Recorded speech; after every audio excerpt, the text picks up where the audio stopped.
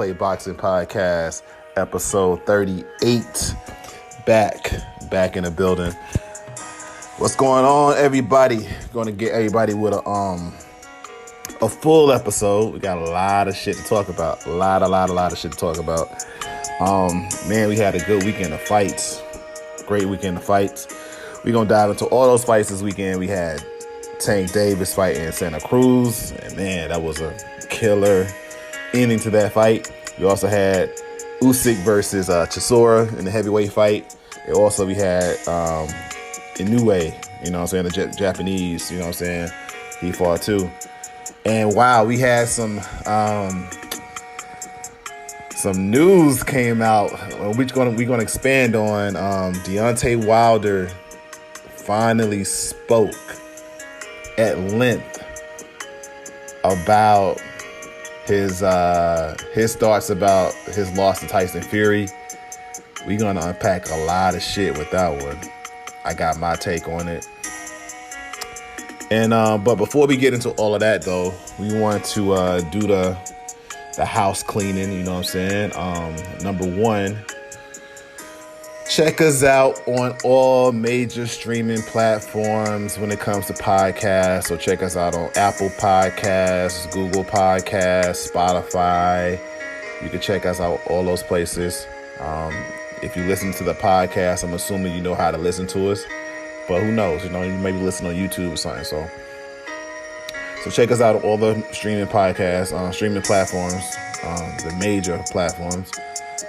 Also, check us out on Instagram at You Can't Play Boxing. That's UCANTPLAYBOXING. Also, check us out on our website, Can't Play Boxing. Also, check us out on YouTube, You Can't Play Boxing. Twitter, You Can't Play Boxing.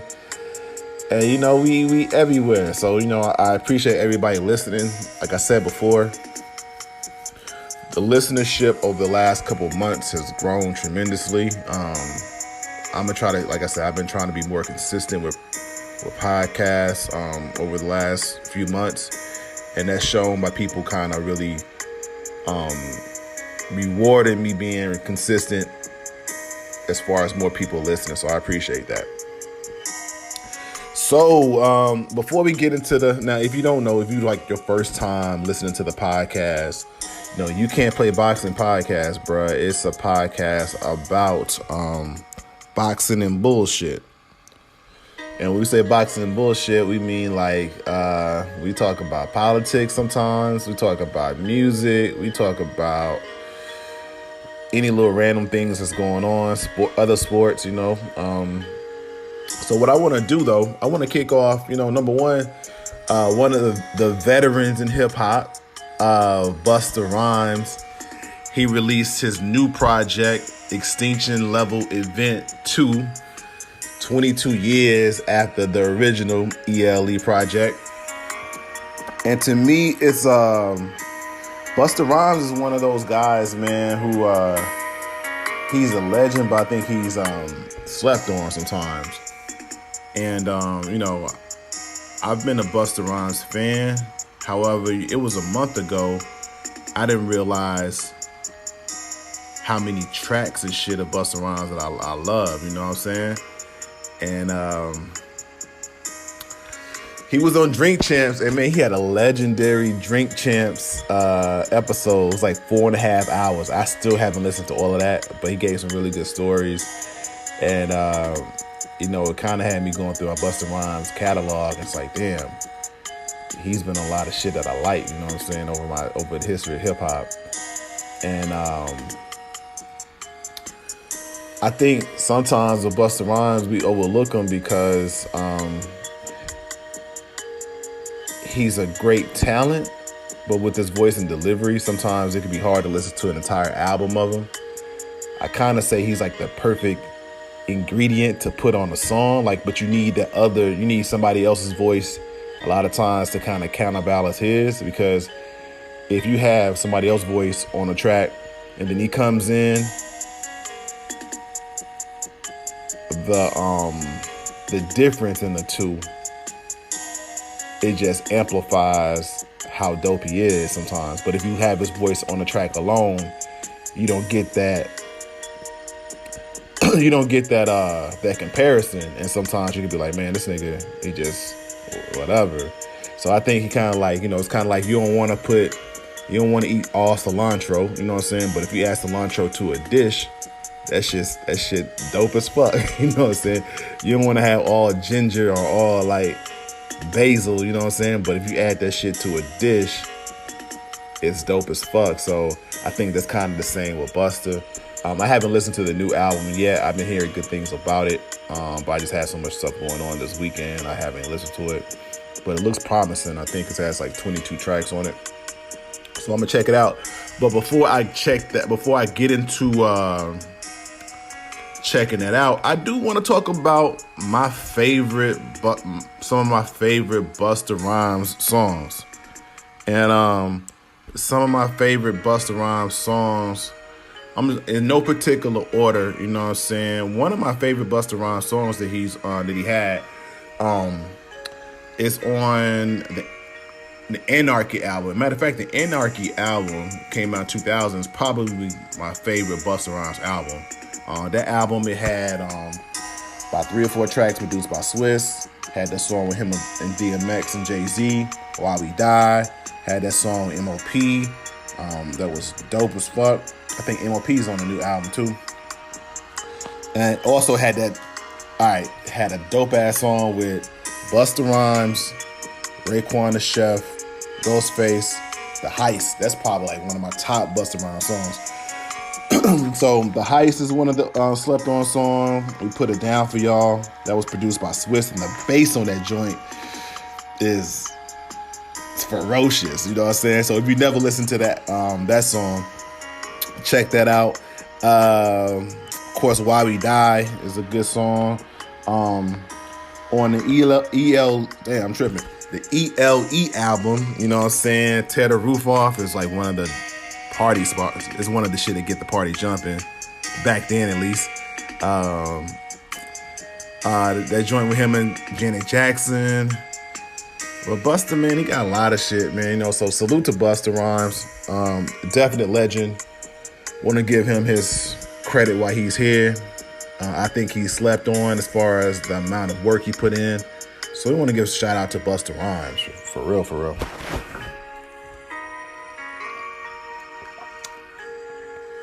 Next thing we're going to jump into real quick.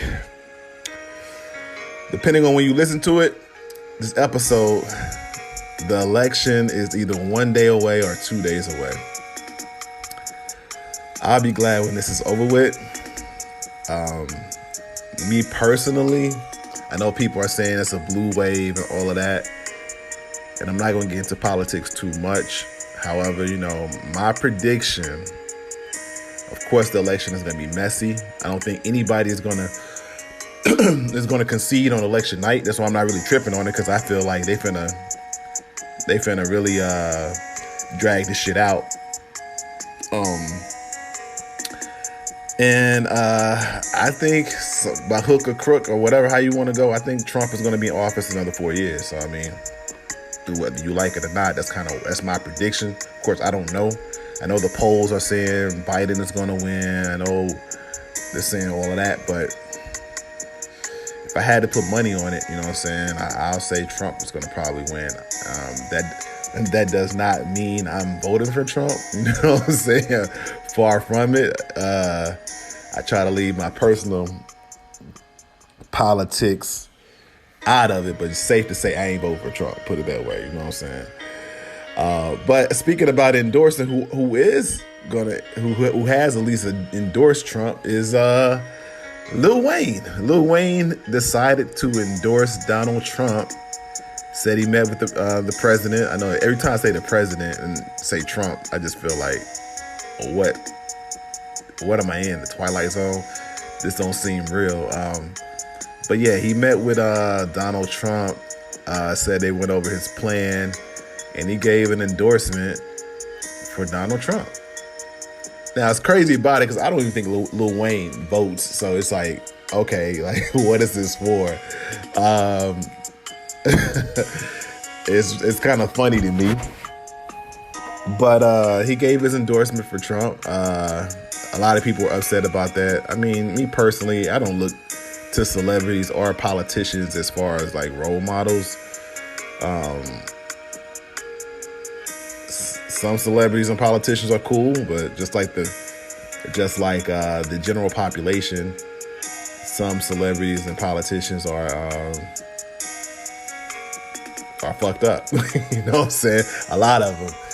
And I don't look at them as someone that I mold myself after, or I would tell my kids to look at as far as being role models. So I mean, I guess my point is, don't get your panties in a rush or your boxes in a bunch, because it's a lot of smoke and mirrors being played, and hopefully by this time next week something is finalized. But I don't even have confidence that things are going to be finalized next weekend. You know, I think we're going to have a lot of lawsuits are going to be filed. A lot of people contesting different things in different states. I think it's going to be a big ass mess. So that's enough of my politics. But I mean, we are living.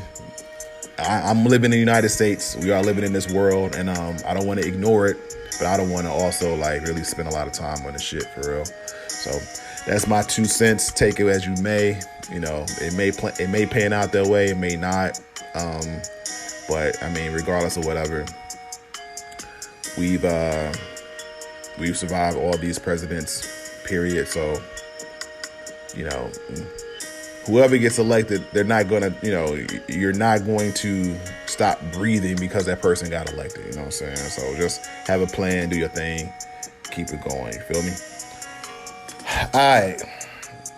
So what we gonna do real quick? I'm gonna take a commercial break, and when we get back, we're going to talk about a lot of shit. Really, we're going to talk about this weekend's fights, and the big thing I'm going to talk about, which is kind of the main point, is Deontay Wilder. He speaks. He has theories. I'm going to let you know how I feel about those theories.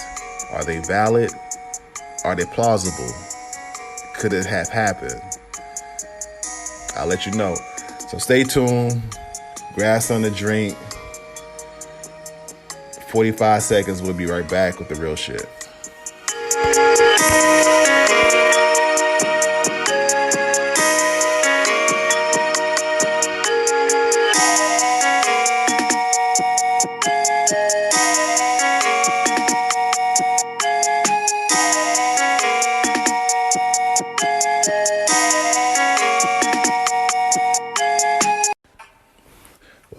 What's up?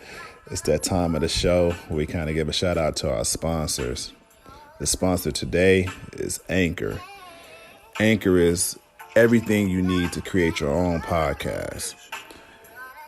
You can use Anchor to distribute your show. They'll kind of get it out for you. And all you have to do is do it from your cell phone or your microphone, however you want to do it. But if you want to get your voice out there, if you want to talk to the people, there's no better place to do it than Anchor. So download the app Anchor, or go to their website, anchor.com. It'll distribute your podcast on all platforms. So again, Anchor. Yeah. We back. You Can't Play Boxing podcast. So man, we had a lot of dope fights this weekend. I'm gonna start off with some of the easier fights. Inoue, the guy from Japan, he fought brutal KO. I think it was like 6-7 rounds. So he got the guy out of there. It's on ESPN Plus. If you caught that, you saw him. I mean, there was really nothing to see from that fight. It was kind of almost an exhibition, almost. But he did his thing. He won the fight, and I guess he'll move on to bigger and better things in 2021.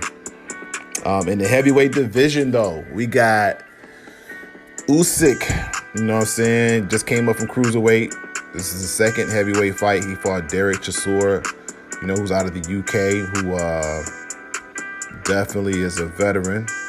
And Chisora, it was a test, and Usyk passed, but Chisora kind of showed me that Usyk, even though he has technical skills and he won, when he faced some of the bigger heavyweights, it's going to be a problem for him. Like, if Usyk were to face Luis Ortiz or Deontay Wilder or Ruiz, like Ruiz and Usyk could be a good ass fight. But if he fought like Anthony Joshua, which he's on track to fight Anthony Joshua coming up soon. So, but if he fought Tyson Fury, the height and weight difference is going to be a problem. And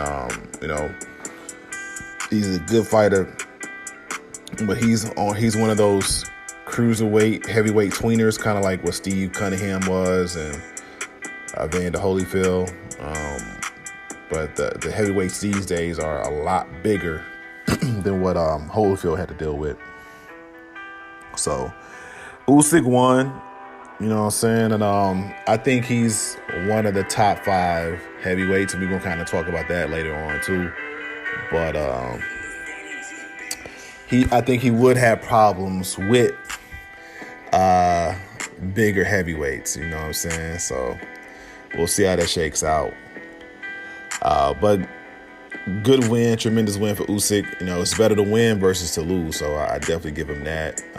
He did what he had to do, and he got the W, you know what I'm saying? So shouts out to Usyk. The big fight of the weekend, which is on pay-per-view, we had Gervontaa Tank Davis, you know what I'm saying, fighting Leo Santa Cruz. 2 belts were on the line. This was a fight in front of fans. It was in San Antonio, and from what I saw, a lot of people showed up. You know what I'm saying? A lot of people showed up to that fight. I think it was in the Alamo Dome in San Antonio, and I know a few people personally that went to the fight that like flew into it, and I thought about it, but I'm not ready to really do all of that right now. You know what I'm saying? So. But 2 belts on the line. You had the junior lightweight belt on the line that Leo Santa Cruz had, and I think he had one of these belts that Tank had, a lightweight belt on the line too. So fight was interesting, you know what I'm saying? If you caught my mini episode yesterday, you would have saw that I predicted Tank to win by KO or TKO in the 10th round. My prediction was that Leo Santa Cruz, he was going to give Tank trouble in the early rounds, but I think just Tank's power and how big he is was going to be too much for Leo Santa Cruz. And, the fight went how I thought it was going to go. However, I didn't think we were going to see the KO that we saw in the 6th round. And there was a massive KO, you know what I'm saying? Man, that was something, you know what I mean? But kind of recapping the fight, the first couple rounds, Leo Santa Cruz, he was doing a lot of, he was trying to make Tank fight off his back foot the first couple rounds to some success. And sometimes he didn't have success, but he was being the aggressor. And that surprised me a little bit because Tank is the naturally bigger guy, even though he's shorter. But, with a guy who's trying to bully you, you want to see if he can fight off his back foot. And he gave Tank some problems for stretches of those first few rounds, you know what I'm saying? Really stretches of the entire, the first 6 rounds. But Tank, he would come back and he would land some body blows, and he was coming with that power. But Tank was getting frustrated. I think it was the 2nd or 3rd round. He threw Leo Santa Cruz down on the ground because he was just frustrated, and then he hit Leo Santa Cruz low, you know what I'm saying? So, but one of the things that really surprised me was that Santa Cruz was going toe-to-toe with Tank, and I was like, you landed some shots, bro, but however, you can't keep up with Tank that long in a 12-round fight. At one point, his gun is just going to show that he's bigger than yours, you know what I'm saying? And I will say the 6th round, ironically, that Santa Cruz got knocked out in, he was having his best round. Like, if he wouldn't have got knocked out in that round, I would have had the first 6 rounds even, 57-57. And his Santa Cruz game plan was to get to the later rounds and see if Tank can really hold up. And that was a good game plan. However, if you're going to have that game plan, don't put yourself in harm's way the entire time. But, I know Santa Cruz is of, Mexican descent. And, a lot of times, a lot of the Mexican fighters, they don't believe in, when you get hit, they don't believe in just retreating. They believe in, showing you that I'm here right here. I'm still here. And Santa Cruz did a good job of doing that. I'll say that. He just stayed in harm's way too long. And he got hit with a bazooka, and man, that uppercut, Tank was trying to set up the uppercut. The entire fight. I guess he knew that was going to be his calling card, because he threw the uppercut at least 5 or 6 times in that fight, and he didn't. But in the 6th round, he got it to where he lined it up perfectly. And man, I thought Santa Cruz was hurt violent. That was a violent KO, you know what I'm saying? Where he dropped him, his body collapsed like he got hit with a shotgun, you know what I'm saying? That could have been KO of the year. We had some good KOs, we had Povetkin, KO, and what's my guy out of the UK, man? I can't think. They got a rematch going. Anyway, man, I'll think of his name real quick, but they got a rematch coming. Dillian White, yeah. So Povetkin, KO, and Dillian White. Then you got this one with Tank and Santa Cruz.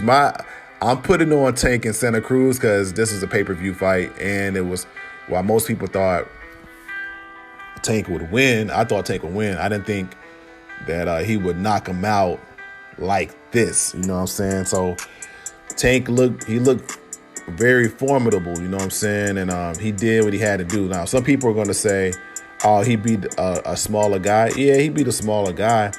However, what you want him to do? I mean, if you Tank, you looking at it like, hey, I had the best outcome that I could have possibly asked for.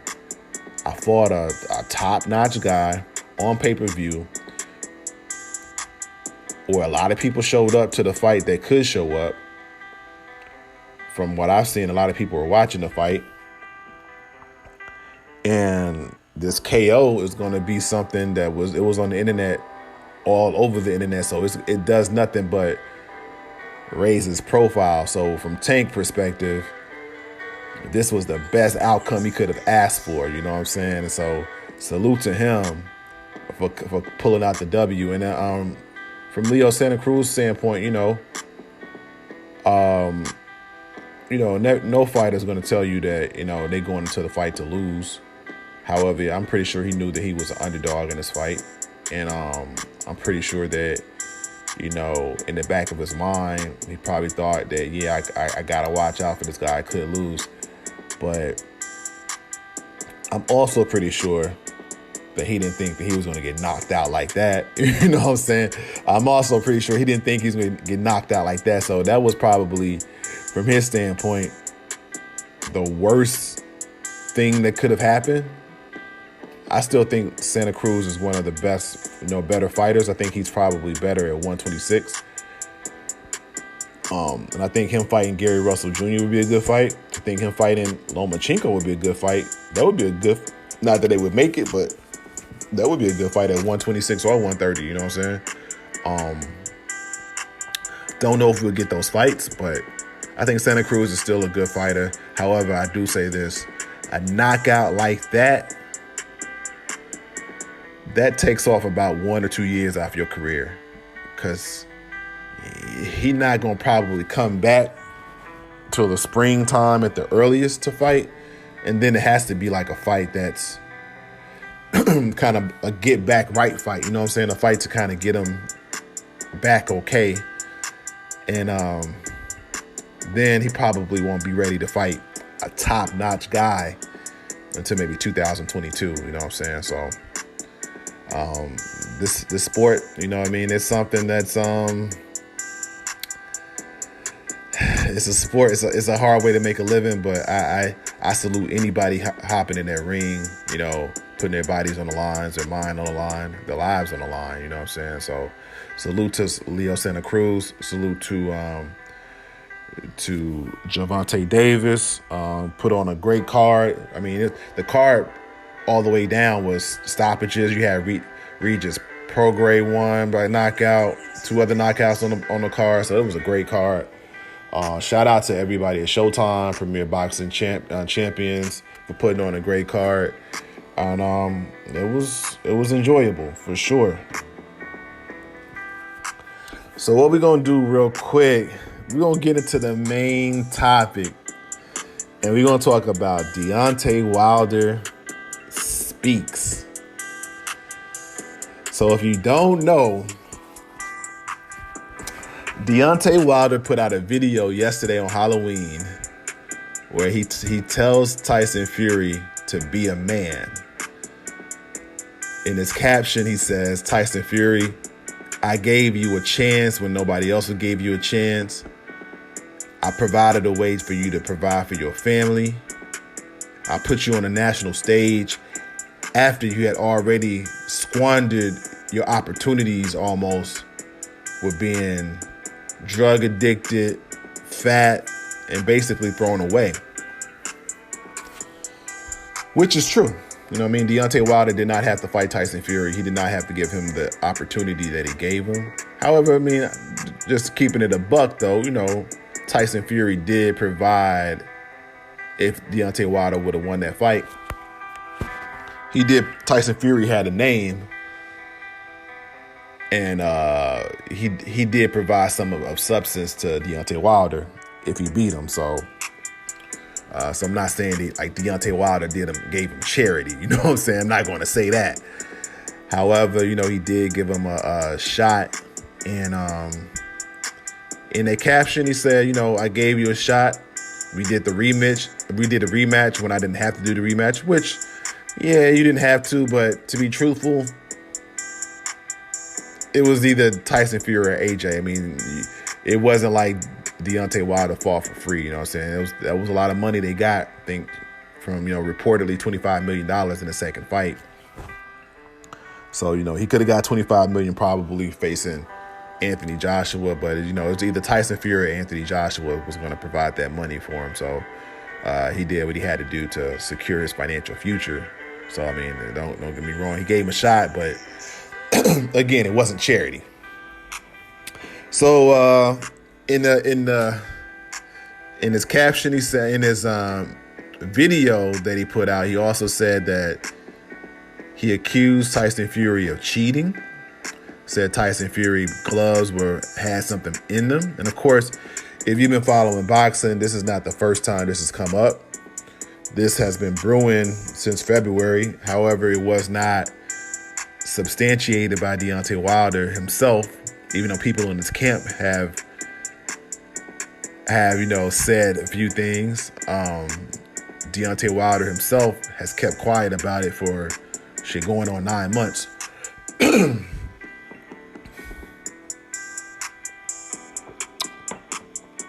However, in the video, he wasn't quiet anymore. You know what I'm saying? He said he accused Tyson Fury of having something in his gloves. He said the dent that's in his head could have only came from something. It wasn't a punch. And your gloves would not bend like that. They're new gloves. He also accused Mark Breland, who he has subsequently he's fired. You know, the guy his trainer who threw in the towel. He accused him of being disloyal. He accused the referee of being in on the fight. So Deontay Wilder basically said everybody is a big conspiracy that caused him to lose the fight. Now, I will say this. Some people are saying, man, Deontay Wilder is a sore loser. You can say that for sure. And me personally, do I believe everything that he's accusing people of is true? It's kind of hard to me to say every one of those things is true. However, is it possible that all those things can be true? For sure, it can be possible. I kind of kept quiet on this a little bit because I have nothing, and even to this day, I have nothing to concrete evidence to say that Tyson Fury is cheating. However, I try to keep it real to everybody, you know what I'm saying? I will say this. When I was watching that pay-per-view, and one thing that kind of stood out for me, it's not something that people don't do. However, when I saw it, you know, sometimes you can see something and it just don't sit right with you. So they were showing Tyson Fury's dressing room. And at one point, they covered the camera so you couldn't see what was going on. Now, that just didn't sit right with me. Now, don't get me wrong. I know that JD's is in the dressing room. He's supposed to be looking at the gloves. However, JD's is a human person. So if you got a trainer, and JD's is Deontay Wilder's trainer. So for everybody who don't know, when you have a boxing match, your trainer can go in the other fighter's dressing room to supervise his hands being wrapped and things of that nature. Is it impossible for Deontay Wilder's trainer to be there when Tyson Fury hand gets wrapped and for him to miss something, or for his hand to get wrapped and then maybe something is added later on? It's not impossible. So when I saw that, and that was before the fight, but when I saw that, it's like, why they putting something over the camera? I just didn't like that. You know what I'm saying? I didn't like that. It's just something like a spirit just got to me, like it was even before the fight. But I was like, okay, you know, it's not the first time I've seen it. I just don't like seeing that. So when I saw that, my antennas kind of raised a little bit. Now, when I watched the fight, I didn't think anything about it, to be truthful. I mean, I was noticing Tyson Fury's being a lot more aggressive, you know what I'm saying? But he does have a new trainer. He was being a lot more aggressive, and he was knocking Deontay Wilder down, and Deontay Wilder's ear was bleeding, kind of like a cut. Now, when I saw that, I was like, okay, that's different. A cut in your ear, that's not typical. You know what I'm saying? It's not typical. So, but he won the fight. You know, he knocked him down twice. And then, you know, when I saw after the fight, you know, you started looking at Sunday and Monday, people started showing parts of the fight where Tyson Fury gloves are loose, and there's like it's the way that his gloves were moving is not how typically in boxing how gloves perform. Can we all agree with that? You know what I'm saying? Can we all agree that the way that his gloves were moving is not the usual way that gloves move in fights? Now, will I say that gloves never move like that? No, I'm not saying that. I'm not saying at all. I'm not saying at all. So when I saw that, I was like, all right. But again, there's nothing concrete that you got. But when I think about it later on, I start thinking, okay, I didn't like the camera thing. The cut in the ear, that's different. The way the gloves are moving, that's different. Deontay Wilder coming out and confirming, some doctors are saying that that's typically for him to have a dent in his face. Even though Tyson Fury is 270 pounds, so don't get me wrong, it's a heavyweight. But for him to have a dent in his face, and Tyson Fury has been accused of this before in 2015 by one of his sparring partners. To me, it's too many coincidences. Now, am I going to say that Tyson Fury for sure cheated? No, I ain't gonna say that because I don't know. Unless I got a smoking gun, I can't really say that. However, I will say there's a lot of unusual things that happen in that fight that you don't see in a lot of fights. Now, am I saying Deontay Wilder is like the best fighter in the world? No, he has flaws, and I think Tyson Fury on skills alone will give him a problem. However, Tyson Fury has been in the ring with Deontay Wilder. He's a professional fighter. He sparred hundreds of rounds, fought hundreds of rounds. He knows what Deontay Wilder's power is. He's been in the ring with him. Do I think Tyson Fury feels that he could have just tried to avoid his power and box the entire time like he did the first fight? I think he didn't believe he had the luxury to do that. And that's why he was aggressive. So that much we can say. Tyson Fury knew in his second fight he had to be more aggressive. He couldn't sit back and be a boxer. Now, was something aiding him and giving him fuel to be more aggressive? Don't know. But I guess what I'm saying is that there were too many unusual things that happened in that fight for me to just totally dismiss what Deontay Wilder is saying, because I'm gonna be truthful, in my mind I had doubt already. I just never voiced it because I couldn't prove it, and I still can't prove it. And I'm gonna give Tyson Fury his credit for winning the fight for sure. But I would like to see a third fight. I think Tyson Fury deserves. I think Deontay Wilder deserves that fight. And Tyson Fury says he wants to fight in December. What's two more months, man? What's 2 more months? Ideally you'd want to have that fight earlier, but everybody was in a pandemic.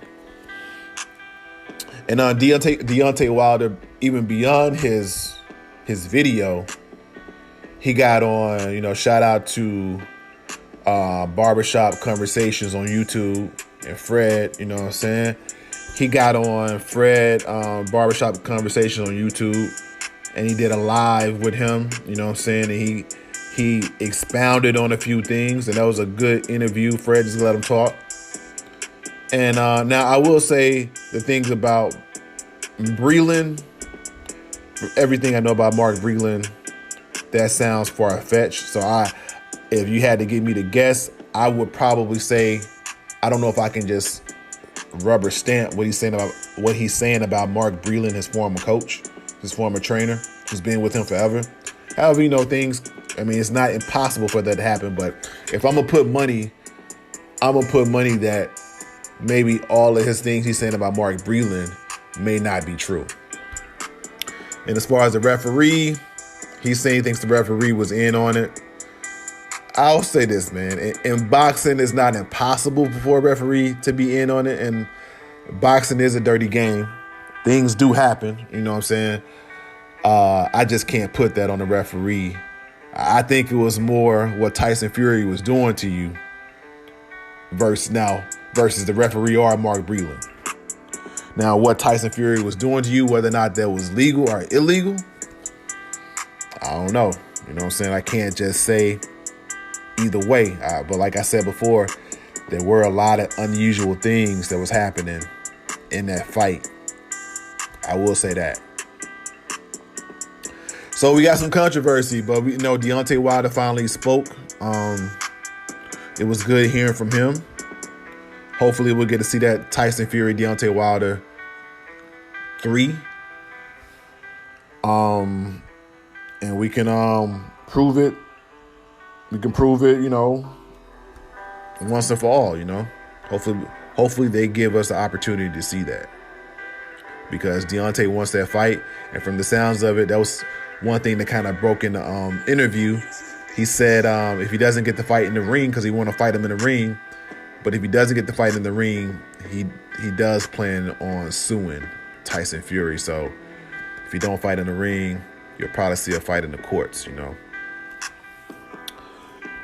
So this episode is kind of going on longer than usual. However, I do want to close it out with the top 5 fighters in both lightweight and heavyweight, since we had a few fights that kind of were in those divisions. So in the lightweight division, number 5, I got Ryan Garcia. Number 4, I got Vasily Lomachenko. Who knows if he's going to stay at lightweight? I think he's better at 130 or 126.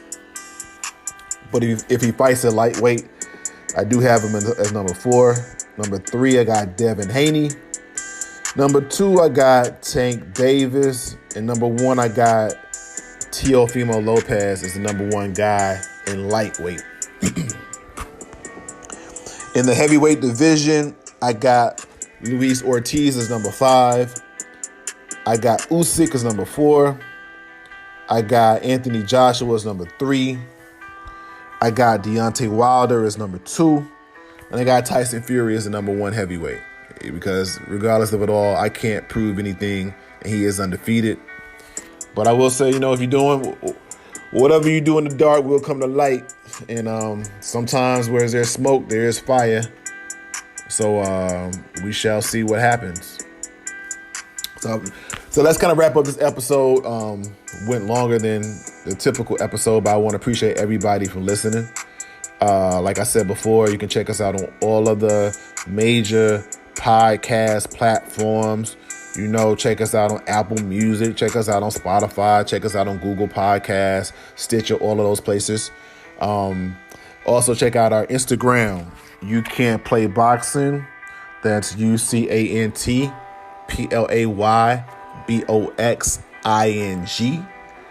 Check us out on YouTube. You Can't Play Boxing. Check us out on our website. That's Can't Play Boxing. And until next time, y'all, I appreciate everybody for listening, for rocking with us. The listenership is growing and growing and growing. And we're going to be back next week with more episodes, more news, more opinions, and we might even throw some guests in here coming up. So until next time, y'all, peace.